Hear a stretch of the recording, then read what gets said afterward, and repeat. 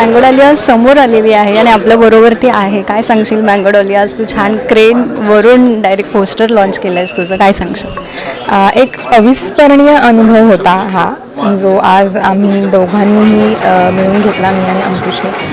आणि म्हणजे आम्हाला माहिती होतं की आम्हाला असं काहीतरी करायचं आहे, पण ते करताना खरं तर कसं वाटतं हे फक्त तिथे असताना आम्हाला अनुभवायला मिळालं.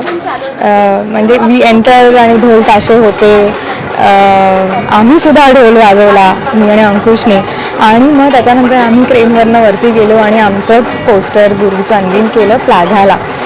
सो हा एक खूप वेगळा एक्सपिरियन्स होता आमच्यासाठी. आणि थँक्यू संजय जाधव आणि thank you Eros for giving us this experience.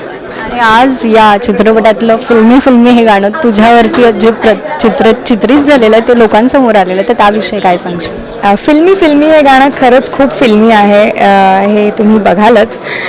कारण त्याच्यामध्ये मला वाटतं की सगळे फिल्मी चाळे आम्ही केलेले आहेत.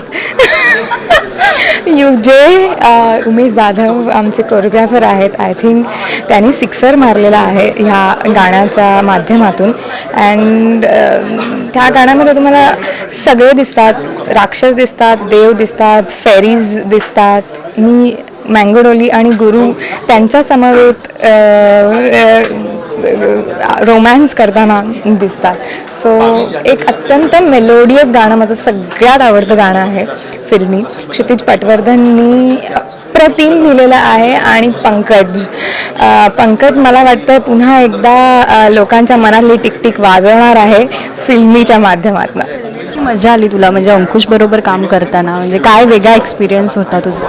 अंकुश बरोबर काम करताना मला खूप मजा आली, कारण अंकुश एकतर अत्यंत डिसिप्लिन्ड ॲक्टर आहे, व्हेरी प्रोफेशनल. आणि त्याचबरोबर खूप मजामस्तीसुद्धा आम्ही करतो. But when it comes to work, मला पण पर्सनली असंच आवडतं की कामाच्या वेळेला काम, मजेच्या वेळेला मजा. सो आणि एक वेगळं ट्युनिंग आमचं जमलं in terms of acting pattern. आम्ही या आधी कधी काम केलेलं नव्हतं एकमेकांबरोबर, पण Ankush gives the other actor his space.